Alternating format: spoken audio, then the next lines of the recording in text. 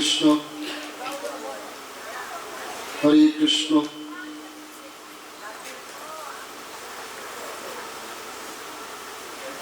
করুণাবতরম সংসারদবননির্হলকম ত্রণায়ু কারুণ্যং ঘন ঘনত্বং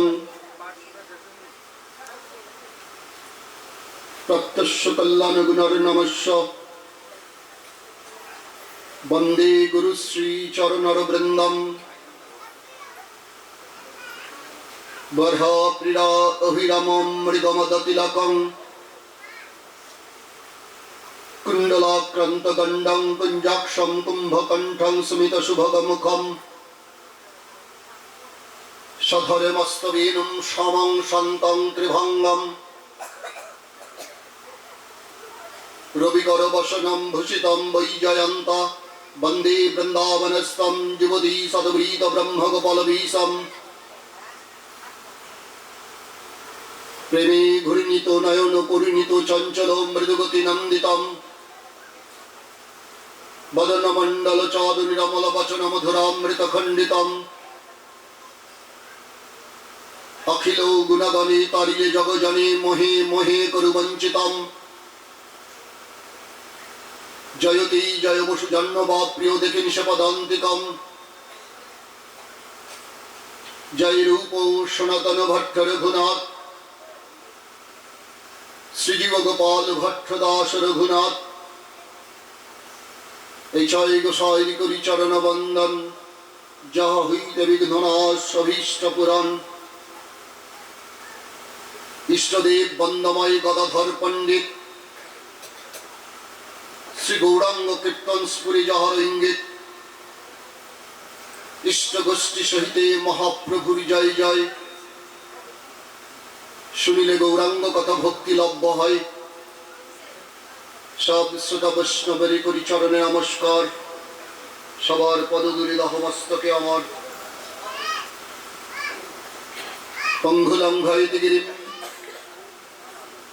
যৎকৃপাতমহং বন্দে পরমানন্দ মাধবম পঙ্গুম লঙ্ঘয়তি শৈলম মুকমবর্তয়ে শ্রুতিম যৎকৃপাতমহং বন্দে শ্রীকৃষ্ণ চৈতন্য ঈশ্বরম বঞ্ছাকল্পতরুভ্যশ্চ কৃপা সিন্ধুভ্যৈব চ পতিতানাং পাবনেভ্যো বৈষ্ণবেভ্যো নমো নমঃ অজ্ঞানতিমিরান্ধস্য জ্ঞানাঞ্জনশলাকয়া চক্ষুরুন্মীলিतं येन তস্मै শ্রী গুরবে নমঃ। সদ্গুরু বৈষ্ণব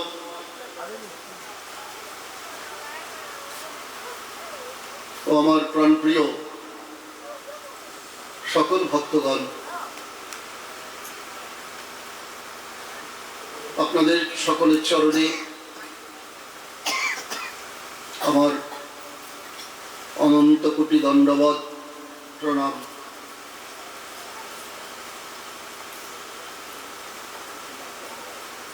আমরা সকলে আজ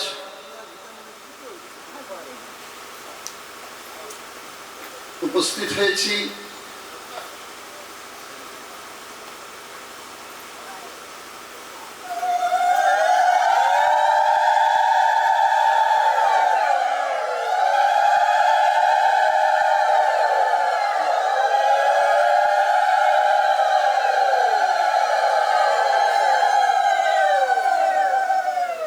আমরা সকলে আজ উপস্থিত হয়েছি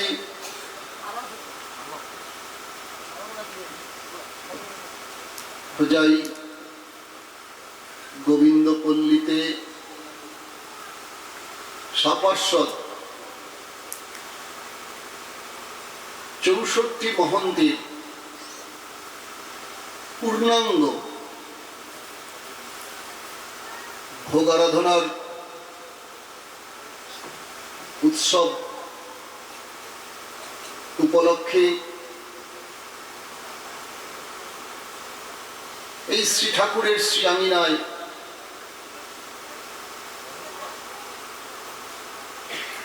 আজ 21শে ডিসেম্বর কাল 22শে ডিসেম্বর, পরশু 23শে ডিসেম্বর। এই 64 মহন্তের ভোগ আরাধনা উপলক্ষে এই 3 দিন শ্রীমদ্ ভাগবত কথা বা হরিকথার আয়োজন করেছেন। 24 তারিখ মঙ্গলবার সকল ভক্তগণ সহ এক শোভাযাত্রার, মহাপ্রভুর এক শোভাযাত্রার, মহাপ্রভুর প্রতিকৃতি নিয়ে এক শোভাযাত্রার আয়োজন করা হয়েছে এবং তৎসহ শ্রী অধিবাসী গঙ্গাবরণ, অধিবাস কীর্তন এবং 25শে ডিসেম্বর সাপার্শ্ব পূর্ণাঙ্গ। পূর্ণাঙ্গ কেন বললাম? 64 মন্ত্রের ভোগ দুরকম হয়, একটা পূর্ণাঙ্গ হয়, একটা শুধু মহাপ্রভু সহ তার পার্শ্বদের হয়ে থাকে, তাই বললাম পূর্ণাঙ্গ। এখানে পূর্ণাঙ্গ ভোগ আরাধনার আয়োজন করা হয়েছে। মহা মহা সৌভাগ্য থাকলে, অল্প ভাগ্যে নয় বাবা, মহা মহা মহা মহা সৌভাগ্য থাকলে তবেই 64 মন্ত্রের ভোগ আরাধনার আয়োজন করা হয় বা এই 64 মন্ত্রের ভোগ হয়ে থাকে। আপনারা সকল ভক্তগণ, আপনারা সকলে আশীর্বাদ করবেন যাতে এই অনুষ্ঠানটি সুন্দরভাবে, সুষ্ঠুভাবে সম্পাদিত হয়। প্রভুর কাছে আবেদন রাখবেন, আপনারা নিবেদন রাখবেন। আমাদের তো আবেদন নিবেদন ছাড়া কিছু করবার নেই। আবেদন রাখবেন, নিবেদন। প্রভুর কৃপা না হলে তো এত বড় কাজ হয় না। সর্বোপরি ভক্ত কৃপাও প্রয়োজন। আপনাদের কৃপা না হলেও হবে না।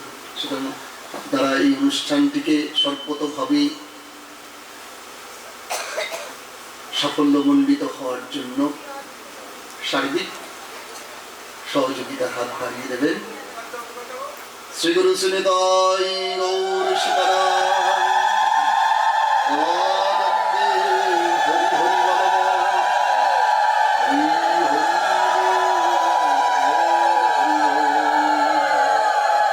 জয় জয় রাধেশ্যাম, জয় জয় রাধেশ্যাম, জয় জয় রাধেশ্যাম, জয় জয় রাধেশ্যাম।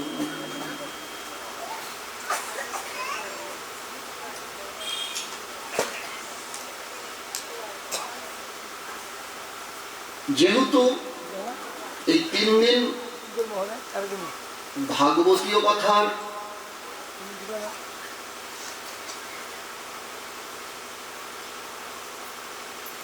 এক অনুষ্ঠান,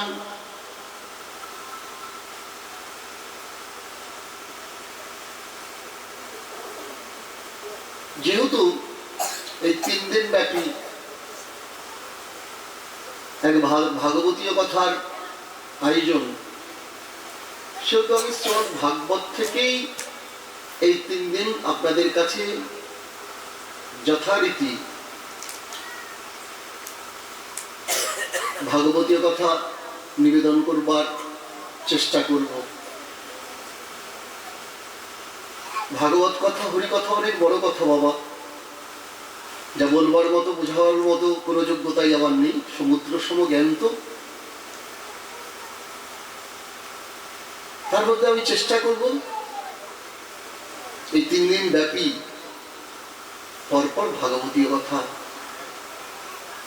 আলোচনা করবার জন্য। আপনারা সকলে আমাকে কৃপা আশীর্বাদ করুন। আজ আলোচনা প্রসঙ্গে আপনাদের কাছে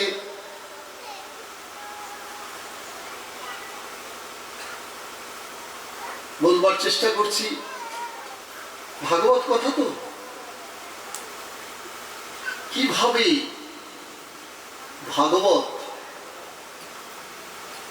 সূচনাটা হোক, কি করে ভাগবত আমাদের এই জগতে নেমে এলেন, এই সম্পর্কে আজ বলবো। অর্থাৎ আবির্ভাব সম্বন্ধে তারপর কালকে থেকে প্রসঙ্গক্রমে আলোচনা হবে ভাগবতীর কথা। পরমপূজ্যপাদ আচার্য বরেন্দ্র মুনি সপ্তামহ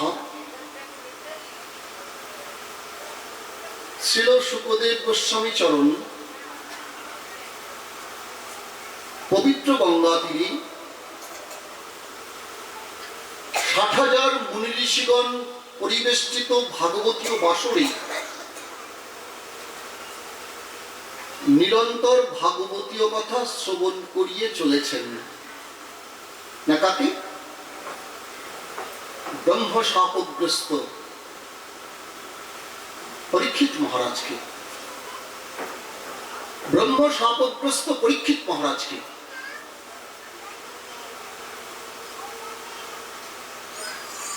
ভাগবতীয় বাসরে নিরন্তর ভাগবতীয় কথা আস্বাদন করিয়ে চলেছেন মহারাজ পরীক্ষিত ব্রহ্ম শাপগ্রস্ত। কলির প্রভাবে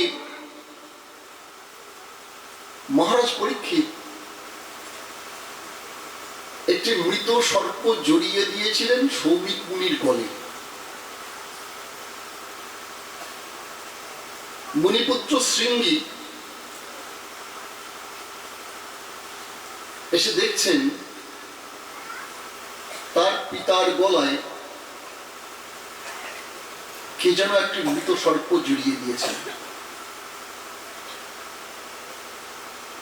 তিনি তখন কৌশিক নদীর জল স্পর্শ করে অভিসম্পাত করলেন যে কুলাঙ্গার, যে পাপিয়সী, যে পাপাত্মা আমার পিতার গলায় মৃত সর্প জড়িয়ে দিয়েছেন, আমি তাকে অভিসম্পাত করছি।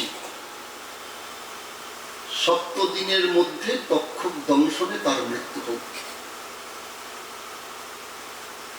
7 দিনের মধ্যে তক্ষক দংশনে তার মৃত্যু হোক।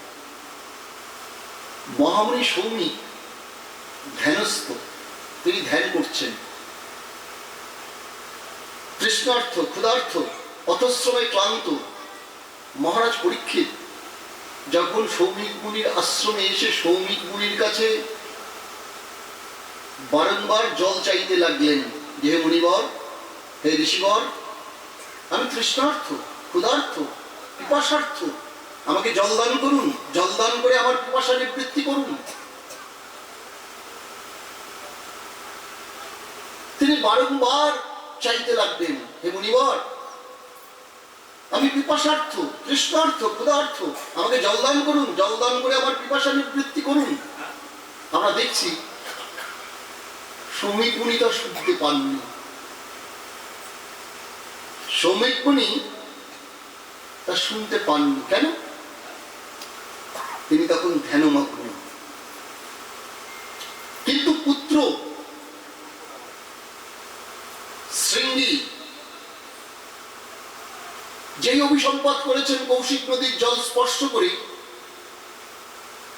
যে পাপাত্মা, যে পাপিয়সী আমার পিতার গলায় মৃত সর্প জড়িয়ে দিয়েছেন, আমি তাকে অভিসম্পাত করছি, 7 দিনের মধ্যে তক্ষক দংশনে তার মৃত্যু হোক। অমনি দেখলাম আমরা সৌমিক মুনির ধ্যান ভঙ্গ হয়ে গেছে। বলবেন কেন? মহারাজ পরীক্ষিত এতগুলি ডাকলেন, তিনি শুনলেন না, অথচ পুত্র অভিসম্পাত করবার সঙ্গে সঙ্গে তার ধ্যান ভঙ্গ হয়ে গেল। কেন? বলি ধ্যান কথাটার অর্থ আমাদের আগে জানতে হবে। তো ধ্যান কাকে বলে? ধ্যান কথাটার অর্থ আমাদের আগে জানতে হবে। ধ্যান কাকে বলে?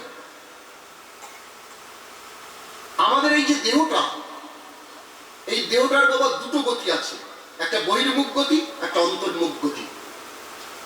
গীতা শাস্ত্রে ভগবান অর্জুনকে বলেছেন যে অর্জুন, আমাদের যে দেহটা, এই দেহটা হচ্ছে ইন্দ্রিয়ের অধীন। ইন্দ্রিয় মনের অধীন, মন বুদ্ধির অধীন, বুদ্ধি আত্মার অধীন। দেখবেন বাবা, আমাদের মনের সঙ্গে প্রতিটি ইন্দ্রিয়ের একটি প্রবল যোগাযোগ আছে। মন যখন চোখের সঙ্গে যুক্ত হয় তখন চোখ কিন্তু দেখে, নাহলে কিন্তু দেখে না, আনমনা হয়ে থাকে। মন যখন কানের সঙ্গে সে যুক্ত হয় তখন কান শুনে, নাহলে কিন্তু দেখবেন সে লোক আনমনা হয়ে আছে। এইভাবে প্রতিটি ইন্দ্রিয়ের সঙ্গে আমাদের মনের কিন্তু একটা প্রবল যোগাযোগ আছে। তা সাধকগণ যারা সাধনা করেন, সাধকগণ যারা, তারা যখন এই দেহ থেকে মনটাকে তুলে নেয়, এই দেহের সঙ্গে মনের কোনো সম্পর্ক থাকে না, তা মনটা তুলে নিয়ে সাধকগণ কি করেন না গোবিন্দ পাদপদ্মে দিয়ে দেন। তা গোবিন্দ পাদপদ্মে দিয়ে কি করেন? গোবিন্দ পাদপদ্মে যে অপ্রাকৃত প্রেম মধু, সেই প্রেম মধু পানে মনটা ব্যস্ত থাকে। তা শ্রমিক মুনি তো ধ্যানস্থ, তার দেহটা আছে ঠিকই, মনটা তো দেহেতে নাই। মনটা কোথায়? গোবিন্দ পাদপদ্মে। তা গোবিন্দ পাদপদ্মে কি করছেন? গোবিন্দ পাদপদ্মে যে অপ্রাকৃত প্রেম মধু, সেই প্রেম মধু পানে ব্যস্ত। মনটা যদি দেহতে থাকতো তাহলে পরীক্ষিত মহারাজ ডাকছেন, মনটা এসে কানের সঙ্গে যুক্ত হতো, কান শুনতে পেত যে পরীক্ষিত মহারাজ তাকে ডাকছেন জল খাবার জন্য। মনটা তো দেহতে ছিল না, মনটা ছিল গোবিন্দ পাদপদ্মে। কিন্তু যেইমাত্র পুত্র শৃঙ্গী কৌশিক নদীর জল স্পর্শ করে অভিসম্পাত করেছেন, যে কুলাঙ্গার, যে পাপাত্মা, যে পাপিয়সী, আমার পিতার গলায় মৃত সর্প জড়িয়ে দিয়েছেন, আমি তাকে অভিসম্পাত করছি, 7 দিনের মধ্যে তক্ষক দংশনে তার মৃত্যু হোক। অমনি শ্রমিক মুনির ধ্যান ভঙ্গ হয়ে গেছে। কেন? মানে করুন একটা সরোবর, সরোবরে একটা পদ্ম ফুল ফুটে আছে, সেই পদ্ম ফুলের মধ্যে বসে একটা মধুকর মধু খাচ্ছে। দেখবেন সেই সময় যদি ওই সরোবরের জলটা নড়ে ওঠে বা কেঁপে ওঠে, তাহলে দেখবেন ওই ভ্রমরটার পদ্ম ফুলে থাকে না, হ্যাঁ, বনমান করে উড়ে চলে যায়, তাই তো? ঠিক তেমনি শ্রমিক মুনির মন ভ্রমরটা ছিল কোথায়? গোবিন্দ পাদপদ্মে। তার যেই পুত্র অভিসম্পাত করেছেন মহারাজ পরীক্ষিতকে, অমনি গোবিন্দ কেঁপে উঠেছেন। আর কেঁপে উঠেছেন মানে তার পর চরণ পদ্মটা ধুলে উঠেছে। আর ওই চরণ পদ্মে কে ছিল? শ্রমিক মুনির মন ভ্রমরটা। অমনি মন ভ্রমরটা আবার শ্রমিক মুনির দেহেতে চলে এসছে। তিনি শুনতে পাচ্ছেন তার পুত্র মহারাজ পরীক্ষিতকে অভিসম্পাত করে দিয়েছেন। তিনি পুত্রকে ডাকলেন, হা পুত্র, হা শৃঙ্গী, তুমি কাকে অভিসম্পাত করলে? জানো একে? হস্তিনাপুরের রাজা। তুমি কাজটা ভালো করলে না। রাজার অকাল মৃত্যুতে দেশের অকল্যাণ হয়। 7ম বর্ষ বয়স তোমার, তুমি ব্রহ্মশক্তি ব্রহ্মবিদ্যার অপব্যবহার করলে। কলি আগত, কলিজীবের পদে পদে অপরাধ ঘুরে বেড়ায়। কায়ার সঙ্গে যেমন আমাদের ছায়াটা ঘুরে বেড়ায়, অপরাধও কিন্তু বাবা আমাদের সঙ্গে সঙ্গে ঘুরে বেড়ায়। সেই অপরাধের ফলে তোমার মতন ব্রাহ্মণ কুমারেরা যদি তাদের অভিসম্পাত করতে থাকেন, তাহলে কলি তো ধ্বংস হয়ে যাবে, কেউ থাকবে না কলিতে। তুমি কাজটা ভালো করলে না, তুমি ব্রহ্মশক্তি ব্রহ্মবিদ্যার অপব্যবহার করলে। পুত্রের প্রতি অভিমান করে শ্রমিক মুনি কৌশিক নদীর জল স্পর্শ করে তিনি অভিসম্পাত করলেন। কি বললেন? কলিযুগে কোন ব্রাহ্মণের মুখ থেকে আর ব্রহ্মসাপ নির্গত হবে না। কলিযুগে কোন ব্রাহ্মণের মুখ থেকে আর ব্রহ্মসাপ নির্গত হবে না। ভাগবতের প্রারম্ভেই আছে। কিন্তু এখন তো বাবা আমরা দেখি অনেক সময় ব্রাহ্মণ দীক্ষার ছড়াছড়ি। কিছু কিছু জায়গা আছে দেখি ব্রাহ্মণ দীক্ষা হচ্ছেন ছড়াছড়ি, একবারে ব্রাহ্মণ দীক্ষা। এত গোবিন্দ মিলেই ভাবে ব্রাহ্মণ হয়ে গেলাম। ব্রহ্মজ্ঞান, আমি ব্রাহ্মণের ঘরে জন্ম হয়ে আমি ব্রাহ্মণ বলে কখনো গর্ব করি না বা বলিও না, কারণ আমার তো ব্রহ্মজ্ঞান থাকলেই তো ব্রাহ্মণ। শুধু কবির থাকলে তো হবে না বাবা, হ্যাঁ? ব্রাহ্মণ হতে গেলে কটা পর্যায়ে পার করতে হয় সেটা কি জানে যারা এখন ব্রাহ্মণ দীক্ষায় সমস্ত ব্রাহ্মণ হয়ে যাচ্ছেন? না বাবা, না বাবা। ব্রাহ্মণের ঘরে জন্ম নিলেও সে না ব্রাহ্মণ, না ক্ষত্রিয়, না বৈশ্য, না শূদ্র, সে কিছুই নয়। যখন তার উপনয়ন হয়, এই উপনয়নটা হচ্ছে দ্বিতীয় জন্ম, তখন সে হয় দ্বিজ। ব্রাহ্মণ হয় না, দ্বিজ, দ্বিতীয় জন্ম। দ্বিজ আর কাকে বলে? পাখিকে বলে। ব্যাকরণ বই খুলে দেখবেন, পাখিরও দুটো জন্ম, একটা ডিম পাড়া, একটা তা দিয়ে বাচ্চা ফোটানো। এই জন্য পাখিকেও দ্বিজ বলে। তখন সে হয় দ্বিজ। তারপরে বেদ অধ্যয়ন করলে সে হয় বিপ্র। তারপর গুরুগৃহে যখন সে ব্রহ্মজ্ঞান লাভ করে তখন সে হয় ব্রাহ্মণ। তখন সে হয় ব্রাহ্মণ। যখন ব্রহ্মজ্ঞান আসবে তখন সে হয় ব্রাহ্মণ। আর আমরা তো উপবিদ ধারণ করছি, ব্রাহ্মণ দীক্ষা নিচ্ছি, কিন্তু গুরুদেবের সঙ্গ কি পাই? গুরুদেবের কাছ থেকে ব্রহ্মজ্ঞান লাভ করতে পারি? তার ধারে কাছে যেতে পারি না। যাই হোক, কথা প্রসঙ্গে বললাম আর কি। তা তিনি অভিসম্পাদ করলেন যে কলিযুগে কোনো ব্রাহ্মণের মুখ থেকে আর ব্রহ্ম শব্দ নির্গত হবে না। তখন সৌমিত্রী কি করলেন? তার প্রিয় শিষ্য গোমুখ ঋষিকে ডাকলেন। বলছেন, হা পুত্র, হা শিষ্য, একটিবার আমার কাছে এসো তো। গোমুখ ঋষি এসেছেন, এসে প্রণাম করেছেন গুরুদেবকে, সৌমিত্রীকে। বলছেন, আজ্ঞা করুন প্রভু, আজ্ঞা করুন গুরুদেব। বলে, দেখো, পরীক্ষিত মহারাজ তো কিছু জানেন না, তিনি তো মৃত সর্প জড়িয়ে দিয়ে চলে গেছেন, কিন্তু পুত্র যে অভিসম্পাদ করেছেন এটা তো পরীক্ষিত মহারাজ জানে না। তুমি একটিবারের জন্য হস্তিনাপুরে যাও, যে পরীক্ষিত মহারাজকে জানিয়ে আসো যে সে ব্রহ্ম শাপগ্রস্ত হয়েছে, 7 দিন অন্তে তক্ষক দংশনে তার মৃত্যু হবে। যাও, জানিয়ে আসো তাড়াতাড়ি। গোমুখ ঋষি মনে মনে চিন্তা করছেন, একজন রাজা, সে তো সে নয়, যে কোনো লোক নয়, কি করে আমি যে তার মৃত্যু সংবাদ বইয়ে তাকে দিয়ে আসবো যে আপনার 7 দিন অন্তে তক্ষক দংশনে মৃত্যু হবে? না না না না না, আমি এটা পারবো না। মনে মনে চিন্তা করছেন, না না, আমি এটা পারবো না। তিনি গুরুদেবকে বলছেন, সৌমিক ঋষিকে বলছেন, গুরুদেব, আমার পায়ে না খুব ব্যথা, আমি সুদীর্ঘ পথ অতিক্রম করে কি করে হস্তিনাপুরে যাব? আমি পারবো না গুরুদেব। গুরুদেব হাসছেন, সৌমিক মুনি হাসছেন, হেসে হেসে বলছেন, কলি আগত, কলি যে এসে গেছে, সে যে তার সাম্রাজ্য বিস্তার করছে, এটা তার প্রমাণ। কেন? শিষ্য গুরুদেবের সঙ্গে মিথ্যা কথা বলছেন।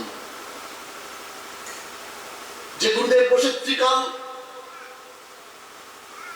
দর্শী যে নাকি, হ্যাঁ, আর তার 5 হাত দূরে বসা এক শিষ্য তার সঙ্গে মিথ্যা কথা বলছে, সে কি জানে না? গোমুখ ঋষি বুঝতে পেরেছেন। বুঝতে পেরেই উঠে এসে তাড়াতাড়ি গুরুদেবের চরণে অবনত হয়ে বলছেন, গুরুদেব, আমি না মিথ্যা বলেছি আপনাকে। কেন বলেছ? বলে, আপনি বলেছেন পরীক্ষিত মহারাজকে তার মৃত্যু সংবাদ দিয়ে আসতে। সে একজন রাজা, সে তো যে লোক নয় গুরুদেব, তাকে আমি কি করে গিয়ে তার মৃত্যু সংবাদটা দিই? এই জন্য আমি মিথ্যা কথা বলেছিলাম। বলে, ও তাই? বলে, হ্যাঁ। বলে, ঠিক আছে, তাহলে তুমি রাজাকে এখন 2টো সংবাদ দিয়ে আসো তো। বলে, কি? বলে, একটা দুঃসংবাদ, একটা সুসংবাদ। দুঃসংবাদটা কি? 7 দিন অন্তে তক্ষক দংশনে তার মৃত্যু হবে। আর সুসংবাদটা কি? যদি এই 7 দিন তিনি পরম পুরুষোত্তমের লীলাকথা শ্রবণম, তিনি যদি এই 7 দিন নিরন্তর সেই উত্তম পুরুষ, পরম পুরুষ, সেই আনন্দকন্দ পরমানন্দ সচ্চিদানন্দ বিগ্রহ শ্রী গোবিন্দ অনুগ্রহ ভূতানাং মনুষ্যাং দেহমাশ্রিতাং ভজতে তাবিষাক্রিয়া যাস্তুত তৎপরৌ ভবে, অনুগ্রহপূর্ব ভগবান একটা তরু ধারণ করে, মনুষ্য তরু ধারণ করে ব্রজমণ্ডলে যে মধুর লীলা আদি করেছিলেন, সেই লীলার কথা যদি তিনি শ্রবণ করতে পারেন, তাহলে এটা তার জন্য বড় সুসংবাদ। তার জন্য বড় সুসংবাদ। তার মৃত্যুর যেমন 7 দিন বাকি, তেমন গোবিন্দ পাদপদ্ম পেতেও তার 7 দিন বাকি।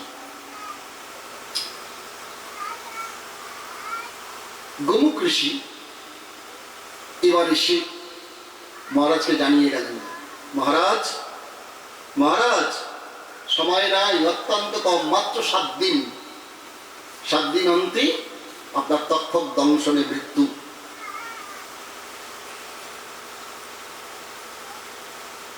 আমাকে মহামণি সৌমিক পাঠিয়েছেন আপনার কাছে, আপনি ব্রহ্ম শাপগ্রস্ত হয়েছেন। তবে শুনুন, এই 7 দিন যদি আপনি আনন্দকন্দ পরমানন্দ সচ্চিদানন্দ বিগ্রহ শ্রী গোবিন্দের লীলা কথা শ্রবণ করতে পারেন, তাহলে আপনার জন্য কিন্তু বড় সুসংবাদ। সনাতন গোস্বামী পাঠ বলেছিলেন যে পরীক্ষিত মহারাজ হচ্ছেন মহাভাগবত উত্তম। কেন না, তিনি 7 দিন সময় পেয়েছিলেন ভাগবত কথা শুনবার জন্য। আর আমরা কলির জীব, আমাদের সময় যে অতি অল্প বাবা। পদ্মপত্রের মধ্যে যেমন জলটা টলমল করে, আমাদের এই দেহপদ্মের মধ্যে আমাদের জীবন বিন্দুটা কিন্তু টলমল করছে, কখন যেন গড়িয়ে পড়ে যায়।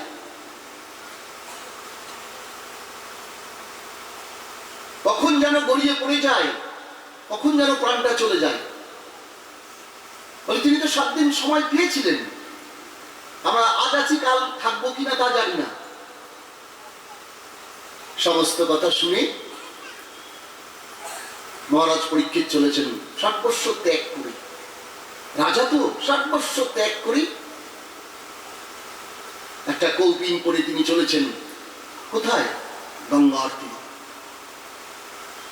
এসে গঙ্গার তীরে উপস্থিত দেখছেন 60,000 মুনি ঋষিগণ পরিবেষ্টিত সেই ভাগবতীয় বাসর। সেই ভাগবতীয় বাসরে এসে বসলেন মহারাজ পরীক্ষিত। তাকে দেখে সমস্ত সাধুরা দণ্ডায়মান হয়েছেন, দাঁড়িয়ে পড়েছেন, তাকে শ্রদ্ধা জানিয়েছেন। মহারাজ পরীক্ষিত মনে মনে চিন্তা করছেন, কে বলে আমি অভিশপ্ত? আমার জীবনে তো অভিশাপ নেমে আসেনি, আমার জীবনে কৃপা সম্পদ নেমে এসেছে। কেন? বলে যেদিন আমি রাজা ছিলাম, রাজ্যে ছিলাম, ওই কোনোদিন তো একজন দেবর্ষি রাজর্ষি এদের দর্শন করি নাই। কিন্তু আমার আজকে জীবনের শেষ বেলা, মাত্র 7 দিন, 7 দিন অন্তে তক্ষক দংশনে আমার মৃত্যু। কিন্তু এই যাবার বেলায় মুনিগণ ঋষিগণ সকলে এসেছেন আমাকে দর্শন দিয়ে কৃতার্থ করতেন। সকল মুনি ঋষির চরণ ধৌত করেছেন, প্রণাম করেছেন, তাদের পদধূলি, সাধুদের পদধূলি মস্তকে নিয়েছেন। পরীক্ষিত মহারাজ মনে মনে চিন্তা করছেন,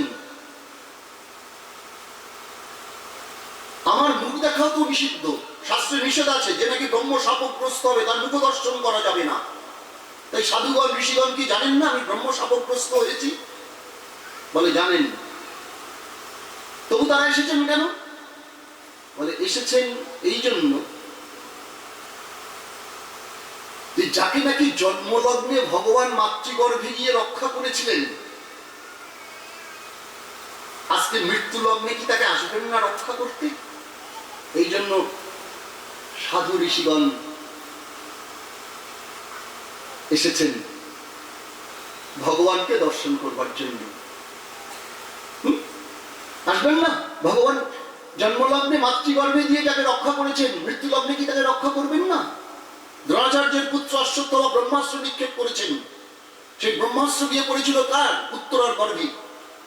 উত্তরার গর্ভে তখন পাণ্ডবদের শেষ প্রদীপ অর্থাৎ পরীক্ষিত মহারাজ। উত্তরা ছুটে এসেছিলেন গোবিন্দের কাছে, হে গোবিন্দ, হে বিপদ ভঞ্জন, তুমি আমাকে রক্ষা করো, আমার গর্ভস্থ সন্তানকে রক্ষা করো। ভগবান অঙ্গুষ্ঠ প্রমাণ দেহ ধারণ করে উত্তরার গর্ভে প্রবেশ করে সুদর্শন চক্র দ্বারা সেই ব্রহ্মাস্ত্রকে রোধ করে মৃত সঞ্জীবনী করস্পর্শে পরীক্ষিত মহারাজ এবং উত্তরাকে রক্ষা করেছিলেন। এই দৃষ্টান্ত বড় বিরল বাবা।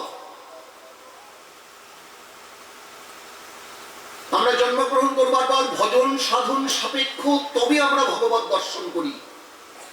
কিন্তু পরীক্ষিত মহারাজ এমন একজন ভাগ্যবান গো যে তাকে ভজন সাধন করতে নেই, মাতৃগর্ভেই ভগবানকে দর্শন করেছিলেন। আমরা ভগবানকে দর্শন করি ভজন সাধন সাপেক্ষ। বল কেন? পরীক্ষিত মহারাজের কেন তো স্বীকৃতি? বলছেন সাধু কৃপা, বৈষ্ণব কৃপা, গুরু কৃপা। বলবেন কিরকম? বিরাট মহারাজের বাড়িতে এসেছেন সাধুগণ চতুর্মাস্য ব্রত করবার জন্য। সায়ন একাদশী থেকে চতুর্মাস্য ব্রত আরম্ভ হয়, উত্থান একাদশীতে গিয়ে শেষ হয়। তা আমরা অনেকে পারি না বলে, তার মধ্যে দামোদর মাসটা শ্রেষ্ঠ বলে আমরা দামোদর মাসটা যারা গৃহী তারা পালন করি, কিন্তু এটা চতুর্মাস্য ব্রতের অন্তর্গত। সেই চতুর্মাস্য যারা সাধু তারা তো করবেনই, হ্যাঁ, তারা তো সব ছেড়ে চলে গেছেন এক ভগবত ভজনে। তারা যত ব্রত আদি যেভাবে যত কঠিন ভাবে হোক না কেন তারা তা পালন করবেন। তা সেই চতুর্মাস্য ব্রত করবার জন্য সাধুগণ এসেছেন বিরাট মহারাজের বাড়িতে। আর এই বিরাট মহারাজের কন্যা হচ্ছে উত্তরা। সাধুরা এসেছেন, তারা বেদ পাঠ করছেন, হরিকথা বলছেন, ভাগবত কথা বলছেন। আর এই সাধুদের সেবা করেন কে? কুমারী উত্তরা, অতীব সুন্দরী, বয়সে তরুণী, কার্যে নিপুণা। তিনি সাধুদের জন্য ফুল তুলে আনেন, মালিকা গেঁথে দেন, স্নানের জন্য জল এনে দেন, প্রসাদ পাওয়ার জন্য পদ্মপত্র এনে দেন। প্রসাদ পাওয়া হলে পদ্মপত্রগুলি তুলে নিয়ে বাইরে ফেলে স্থানটাকে পরিষ্কার করে দেন। এই সাধুদের সেবা করেন উত্তরা। চতুর্মাস্য ব্রত সমাপন করে সাধুরা যখন চলে যাবেন, সাধুরা তো নিজেদের ইচ্ছা অনুযায়ী চলেন, চলে যাবেন, তখন উত্তরাকে ডেকেছেন, ডেকে বলছেন, মা, মা গো, তোমার পরিচর্যায়, তোমার সেবায় আমরা খুব সন্তুষ্ট। তুমি না আমাদের কাছে কিছু বর চাও, যে বর চাইবে আমরা তোমাকে সে বরই দেব, তোমার বর চাও। কুমারী উত্তরা বলছেন, হে সাধুগণ, হে ঋষিগণ, আপনাদের চরণ ধুলায় এই গৃহ ধন্য হয়েছে। হ্যাঁ, আপনাদের কাছে কি চাইব? আমি তো রাজনন্দিনী, রাজকুমারী, আমার তো কোনো কিছুর অভাব নেই। তবে আপনারা আমাকে এই বর দিন, আমি যেন বছর বছর আপনাদের এইরকম সেবা করতে পারি। কেমন? সাধুগণ বলছেন, মা, তুমি ঘুরিয়ে কথা বললে, কিছু চাইলে না। হ্যাঁ, তবে আমরা তোমার একটা বর দেবই দেব। কি বর? বলছে, বিবাহের পর তুমি এমন একটা পুত্র সন্তান লাভ করবে মা, যে পুত্র সন্তান থেকে এমন একটা পুত্র সন্তান তুমি লাভ করবে। সাধুরা আশীর্বাদ করেছেন, আশীর্বাদ করে সাধুরা চলে গেছেন। সেই উত্তরাজ গর্ভবতী, সেই গর্ভস্থ সন্তানের উপরে অশ্বত্থমা ব্রহ্মাস্ত্র নিক্ষেপ করেছেন দুর্যোধনকে খুশি করবার জন্য। গর্ভে জ্বালা ধরে গেছে, গর্ভটা পাত হয়ে যাচ্ছেন। তখনই উত্তরা ছুটে এসেছেন গোবিন্দের কাছে, হে কৃষ্ণ, হে গোবিন্দ, হে বিপদ ভঞ্জন, তুমি আমাকে আমার গর্ভস্থ সন্তানকে রক্ষা করো। গোবিন্দ মনে মনে চিন্তা করছেন, এটা কেমন হলো? হ্যাঁ, এটা কেমন হলো? ভগবান নিজে বলেছেন, আমার থেকে আমার নাম বড়, নাম থেকে আমার ভক্ত বড়, ভক্তের থেকে ভক্ত বাক্য আরো বেশি বড়। ভক্ত বাক্য কবু নাই ব্যভিচারী। কেন? ভগবান কোথায় থাকেন? ভক্তের হৃদয়ে গোবিন্দের সতত বিশ্রাম। এটা কি করে সম্ভব? সাধুরা আশীর্বাদ করেছেন, তুমি এমন একটা সন্তান লাভ করবে যে সন্তান থেকে আগত কলিজীবের উদ্ধারের পথ তৈরি হবে। সেই গর্ভস্থ সন্তানের উপরে অশ্বত্থমা ব্রহ্মাস্ত্র নিক্ষেপ করেছেন। সেই সন্তান যদি নষ্ট হয়ে যায় তাহলে তো সাধু বাক্য মিথ্যা হয়ে যাবে। না না না না, এটা তো সম্ভব নয়, এটা তো সম্ভব নয়। তাহলে কি করা যায়? ভগবান বাবা এমন যে নাকি নিজের প্রতিজ্ঞা ভুলে গেলেও ভক্তের প্রতিজ্ঞাকে বড় করে দেয়। কেন? ভগবান তো ভক্তাধীন বাবা, ভক্তের অধীন, তাই নয় কি? ভগবান কোথায় থাকেন? ভক্তের হৃদয়ে থাকে। ভক্তের হৃদয়ে গোবিন্দের সতত বিশ্রাম। এটা তো সম্ভব নয়, তাহলে তো ভক্ত বাক্য মিথ্যা হয়ে যাবে।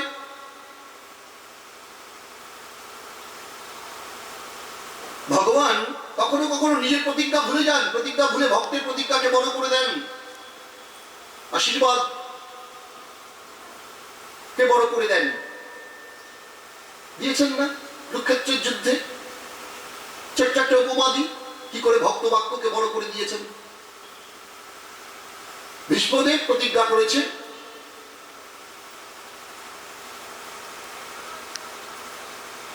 কুরুক্ষেত্রের যুদ্ধে গোবিন্দকে অস্ত্র ধরাবেন, আর এদিকে ভগবান প্রতিজ্ঞা করে বসে আছেন তিনি অস্ত্র ধরবেন না। ওদিকে ভক্ত ভীষ্মদেব, বীর ভক্তের প্রতীককে ভীষ্ম, ভীষ্মদেব প্রতিজ্ঞা করেছেন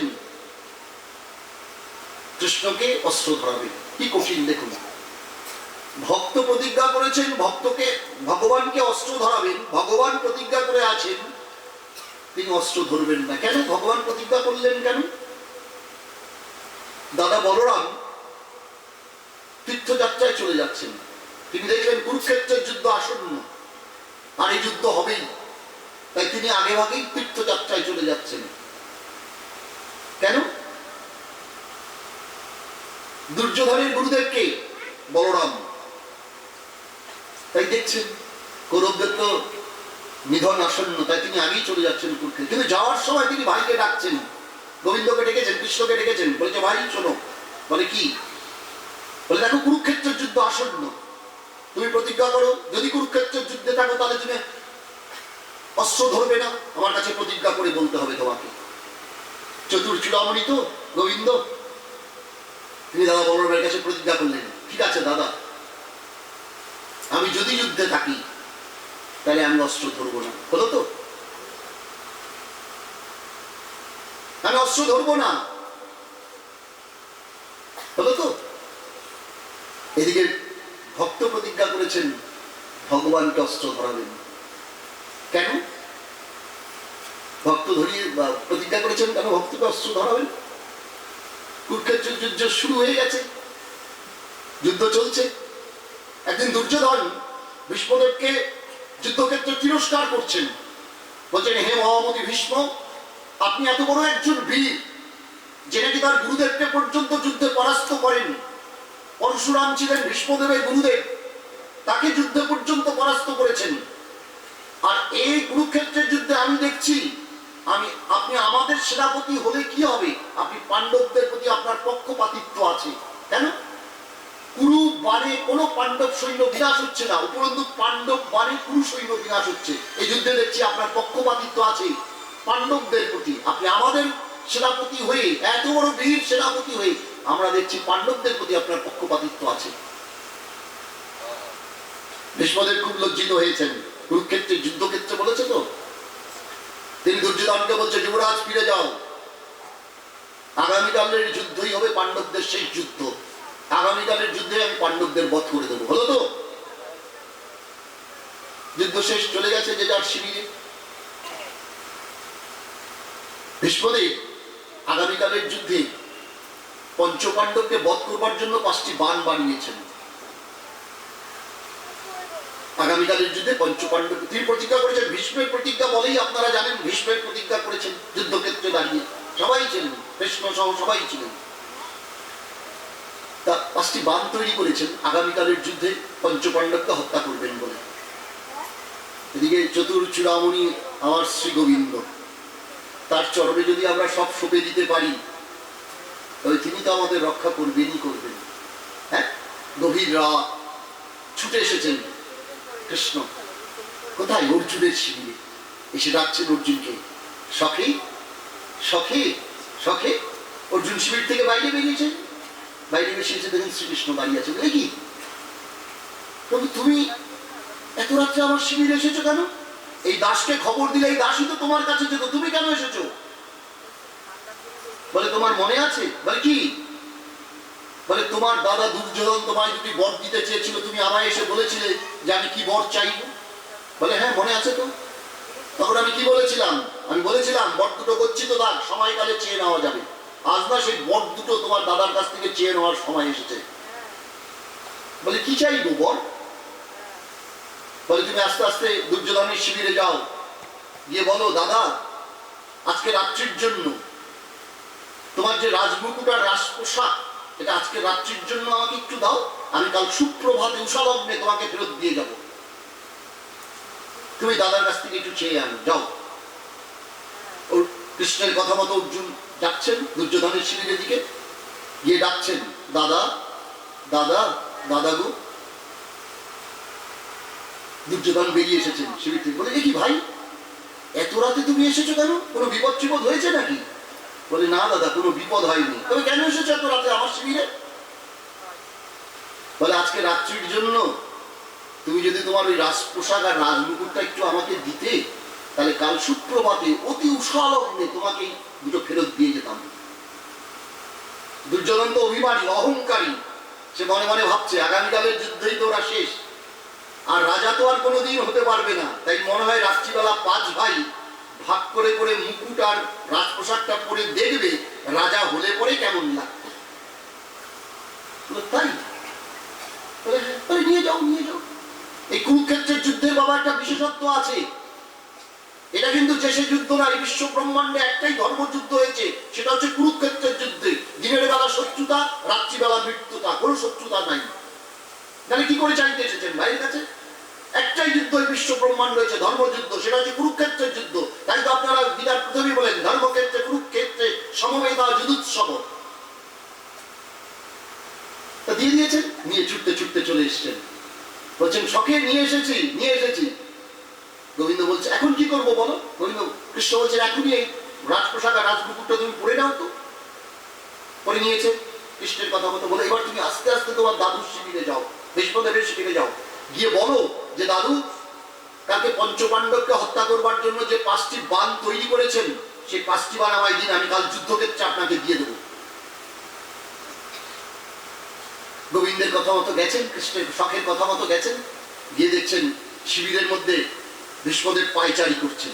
ভেবেন তো আগামীকাল পঞ্চপাণ্ডবকে, মনে একটা রিপার্কেশন হয়, পায়চারি করছেন, ধূপ জ্বলছেন, প্রদীপ জ্বলছে। হঠাৎ ভীষ্মদেব দরজার দিকে তাকিয়ে দেখছেন দুর্যোধন দাঁড়িয়ে আছেন। বলছে, কি যুবরাজ, তুমি এত রাত্রে আমার শিবিরে এসেছো কেন? বলে, দাদু, কালকে পঞ্চপাণ্ডবকে হত্যা করবার জন্য যে 5টি বাণ আপনি তৈরি করেছেন, সেই 5টি বাণ আমায় দিন, আমি কালকে যুদ্ধক্ষেত্রে আপনাকে দিয়ে দেবো। ভীষ্মদেব তো অভিমানী, বলছে, যুবরাজ, তুমি রাতটা আমায় বিশ্বাস করলে না, আমার কথা বিশ্বাস করলে না, যে কালকে পঞ্চপাণ্ডবের শেষ যুদ্ধ? তুমি এত বড়, যাও নিয়ে যাও।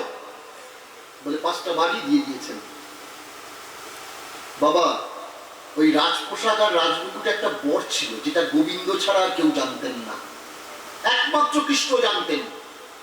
কি কি বর ছিল? ওই রাজপোশাক আর রাজমুকুট যে পরবে তাকে ঠিক দুর্যোধনের মতো দেখাবে, এটা একমাত্র কৃষ্ণ জানতেন, আর কেউ জানতেন না। তাই তো দেখছেন অর্জুনকে দেখছেন দুর্যোধন দিয়ে দিয়েছেন।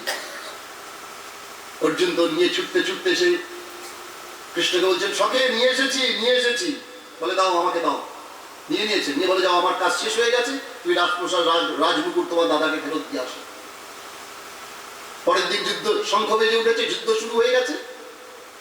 ভীষ্মদেব দুর্যোধনের দিকে হাত পেতে বলছেন, দুর্যোধন যুবরাজ, কাল রাতে যে তুমি আমার শিবির থেকে পাণ্ডবদের হত্যা করবার জন্য যে 5টি বাণ বানিয়েছিলাম, সেই 5টি বাণ যে তুমি নিয়ে এসেছো, সেই 5টি বাণ আমায় দাও, আমি এখনই পাণ্ডবদের হত্যা করব। দুর্যোধন বলছে, কি বলছেন আপনি? আমি কখন গেলাম কাল রাত্রে আপনার শিবিরে? আমি যাই নাই তো।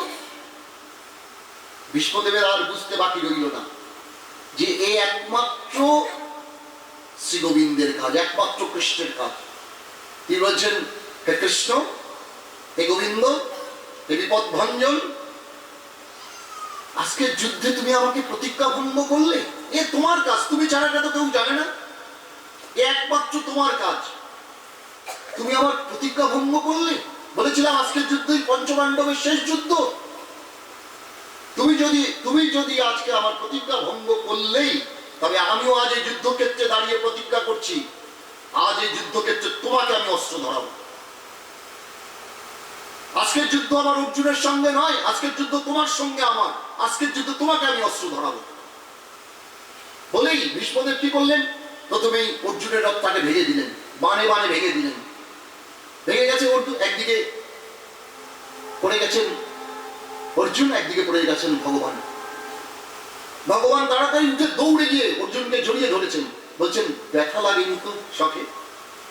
আর ভীষ্মদেব এই রথের উপর দাঁড়িয়ে দাঁড়িয়ে দেখছেন দৃশ্যগুলি, ভক্ত ভগবানের যে মিলন, আর ভক্তিরসে তার হৃদয়টা আপ্লুত হয়ে যাচ্ছে। বলছে ভগবান তোমার এত দয়া, তুমি ভক্তকে এইভাবে রক্ষা করো, এত দয়া তোমার, ভক্তাধীন ভগবান। এবার কি করেছেন ভীষ্মদেব, এবার বানে বানে অর্জুনের দেহটা ক্ষত বিক্ষত করে দিচ্ছেন, ঝরঝর করে রক্ত পড়ছে। এবার কিন্তু ভক্ত বৎসল ভগবান আর সইতে পারছেন না। তিনি কি করেছেন, রক্ত ভেঙে গেছে, রথের যে কাঠের চাকাটা পড়ে আছে সেই চাকাটা তিনি তুলে নিয়েছেন, তুলে নিয়ে গিয়ে ভীষ্মদেবকে প্রহার করতে গেছেন। সেই প্রহার করতে গেছেন, অর্জুন ছুটে এসে গোবিন্দের চরণ জড়িয়ে ধরে, কৃষ্ণের চরণ জড়িয়ে ধরে বলছেন ফেলে দাও, শখে ফেলে দাও তোমার রথচক্র, ফেলে দাও, ফেলে দাও। বলে কেন ফেলবো? বলে তুমি না দাদা বলরামের কাছে প্রতিজ্ঞা করেছো যুদ্ধক্ষেত্রে অস্ত্র ধরবে না, তোমার হস্তস্পর্শে এখনই এই কাঠের চাকা সুদর্শন চক্র হয়ে যাবে, তুমি ফেলে দাও, তুমি ফেলে দাও, তুমি প্রতিজ্ঞাবদ্ধ তোমার দাদার কাছে। অমনি কাঠের চাকাটা ফেলে দিয়েছেন। ভীষ্মদেব নিজেও নিজের বাণ, ওই রথের উপর দাঁড়িয়ে নিজের বাণ পরিত্যাগ করেছেন, ফেলে দিয়েছেন নিজের ধনুর্বাণ, ফেলে দিয়ে হাত জোর করে গোবিন্দকে বলছেন হে কৃষ্ণ, হে গোবিন্দ, হে বিপদ ভঞ্জন, হে মধুসূদন, আজকের যুদ্ধ তো আমার অর্জুনের সঙ্গে ছিল না, আজকের যুদ্ধ ছিল তোমার সঙ্গে আমার। তুমি আমার প্রতিজ্ঞা ভঙ্গ করেছো, আমিও কিন্তু তোমার প্রতিজ্ঞা ভঙ্গ করলাম, তুমি কিন্তু অস্ত্র ধরে ফেলেছো। সুতরাং এই দাসের শেষ মিনতি তোমার কাছে, আর কিছু হোক না হোক, যাবার সময় যেমন কৃপা করে এই দাসকে একবার চরণ দর্শন দিও প্রভু, একবার চরণ দর্শন দিও।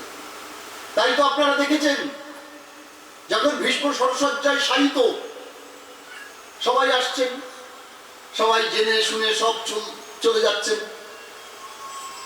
হ্যাঁ, দক্ষিণায়নে সরসজ্জা হয়েছে, অপেক্ষা করছেন উত্তরায়ণের জন্য। দক্ষিণায়নে দেবগণ নিদ্রিত থাকেন, উত্তরায়ণে দেবগণ জাগৃত হন। বলছে এটা ছল গো, এটা ছল।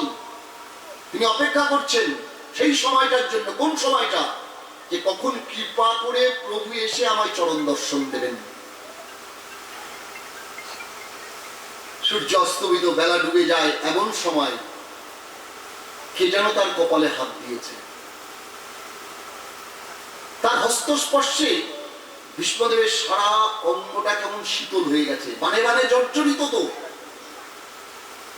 বলছি কে, কে তুমি, কে তুমি আমার কপালে হাত দিয়েছো, তোমার হস্তস্পর্শে আমার সর্বাঙ্গ কেমন শীতল হয়ে গেল। বলছে আমি, আমি গো আমি।